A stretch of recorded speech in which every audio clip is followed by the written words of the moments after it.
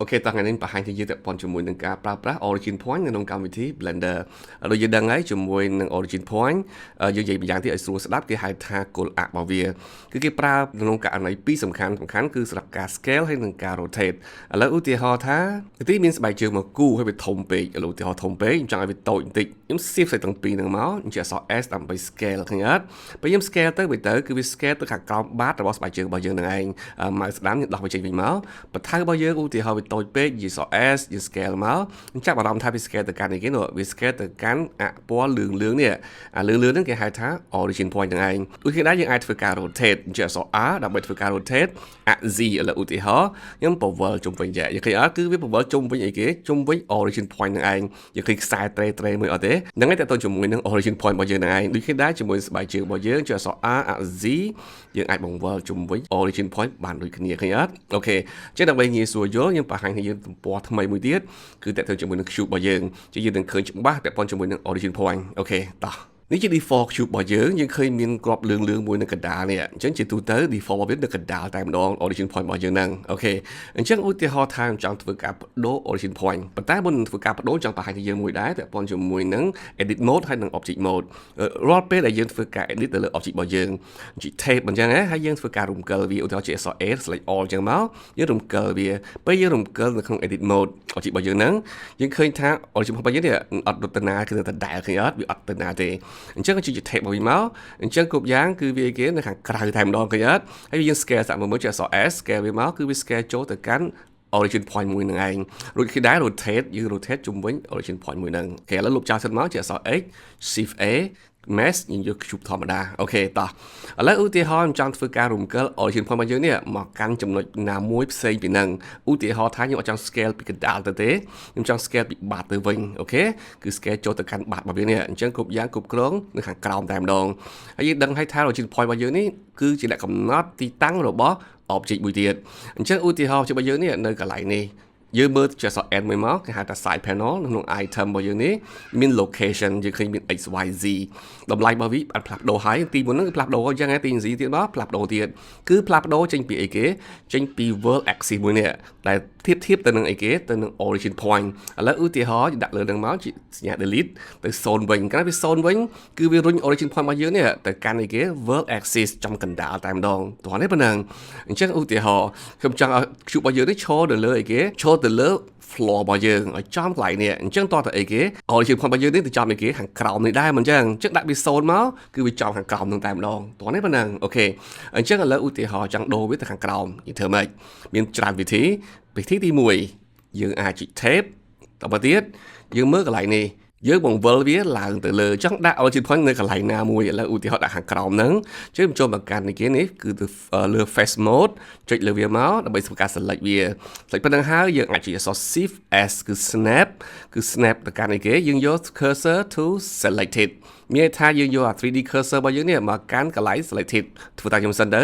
គឺជាដំណើររបស់យើងហើយអញ្ចឹង cursor របស់យើងមកកាន់ខាងក្រោមហ្នឹងហើយប៉ុន្តែអីគេ origin point របស់យើងនេះអត់ទាន់មកខាងក្រោមហ្នឹងទេមិនអញ្ចឹងហ៎អូខេបានប៉ុណ្ណឹងចុច tab ចូលមកកាន់ object mode វិញ mouse ស្ដាំ set origin យកពាក្យថា origin to 3D cursor ចុចប៉ុចអូខេពាក់ព័ន្ធជាមួយនឹង 3D cursor យើងមានវីដេអូផ្សេងមួយទៀតយើងបង្ហាញយើងនៅវិធីប្រើប្រាស់ 3D cursor របស់យើង detail តែម្ដងតែពេលនេះយើងមើលពាក់ព័ន្ធជាមួយនឹង origin point មួយសិនអូខេបានប៉ុណ្ណឹងជិះយើងឃើញថា origin point របស់យើងមកណាហើយមកខាងក្រោមនឹងបាត់ហើយអញ្ចឹងពេលយើងឈរលើវាយើងដាក់ z នេះមកកាន់លេខ0ឧទាហរណ៍យើងឃើញអត់វាឈរនៅលើ floor 100% តែម្ដងដាក់ណាក៏ដោយចុច delete មកក៏បានដូចគ្នាចំនៅលើនឹងតែម្ដងអូខេចុះពីយើង scale ឧទាហរណ៍យើង scale ទៅកាន់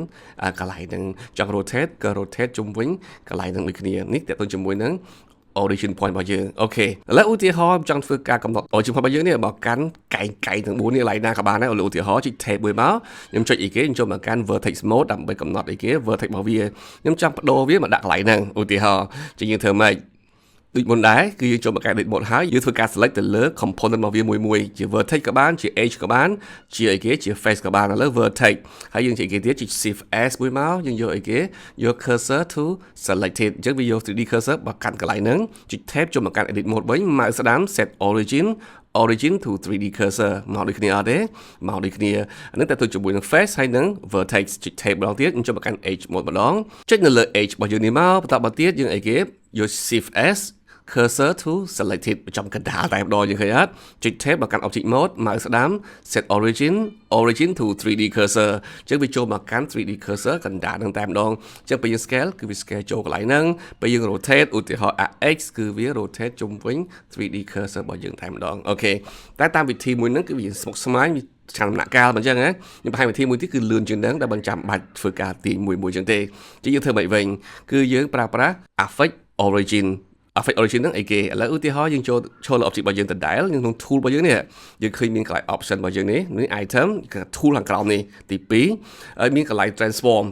មាន transform ទៅលើ object មួយទៀត transform ទៅលើ origin យើងយក affect only origin មួយនេះអញ្ចឹងមានថាគ្រប់ពេលយើងធ្វើការរំកិលឧទាហរណ៍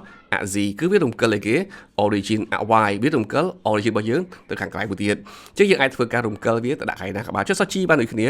ដាក់កន្លែងណាក៏បានឃើញអត់ keyboard shortcut របស់វាគឺចុច control សញ្ញាចុច1អូខេ period key របស់យើងហ្នឹងគឺយើងអាចធ្វើការ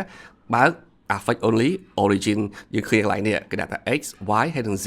មានន័យថាយើងកំពុងតែឈរនៅលើ origin របស់យើងនឹងឯងបើជិះបន្តទៀតមកវាបាត់វិញហើយមានន័យថាយើងធ្វើការទៅលើ object ធម្មតាអូខេបានហើយបានប៉ុណ្្នឹងហើយយើងចង់យកវាមកដាក់កន្លែង vertex edge ឬក៏ face របស់យើងធ្វើម៉េចគឺយើងអាចប្រើប្រាស់ជាមួយនឹង snap មួយនេះអញ្ចឹង snap នឹងមកមានច្រើន option របស់យើងមានជា face មានជា vertex មានជា edge ចង់បានទាំង3ហ្នឹងចុច shift មកដាក់ទាំង3ហ្នឹងមកក៏បានដូចគ្នា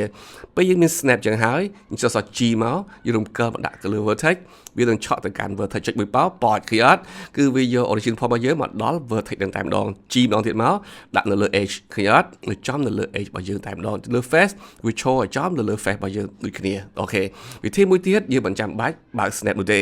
បិទ snap នឹងចោលទៅក៏ប៉ុន្តែនៅក្នុងហ្នឹងយើងអាចធ្វើការរើសបានហើយយើងរើសវាហើយមិនបាច់បើក snap ទេគឺយើងប្រើ keyboard shortcut ជំនួសវិញឥឡូវឧទាហរណ៍អញ្ចឹងអក្សរ G រំកិល origin point ចង់ដាក់នៅលើអីគេ vertex របស់យើងចុច control នៅក្នុង Windows ឬក៏ control នៅក្នុង Mac មិនមែន command ទេគឺ control ចុចឲ្យជាប់មកដាក់មកគឺវាឆក់ចំមកទេគឺវាឆក់ចំដូចគ្នាដាក់កន្លែងណាក៏វាឆក់ដែរទៅលើ edge ក៏បានទៅលើ vertex ក៏បានដូចគ្នាពេលធ្វើហើយចុច control ចុចសញ្ញាចុចមួយមកគឺវាចេញមកវិញធម្មតាអញ្ចឹងយើងអាចធ្វើការ scale ទៅកាន់ origin point របស់យើងបានដូចគ្នាឃើញអត់តោះនេះប៉ុណ្ណឹងអូខេនេះគឺជាវិធី set up origin point បែបងាយៗនៅក្នុងកម្មវិធី Blender សង្ឃឹមថាវីដេអូមួយនេះមានប្រយោជន៍ដល់យើងហើយជួយការងាររបស់យើងឲ្យបានលឿនជាងមុនអូខេអញ្ចឹងវីដេអូមួយនេះមានតែប៉ុណ្្នឹងទេអរគុណជួបគ្នាក្នុងវីដេអូក្រោយ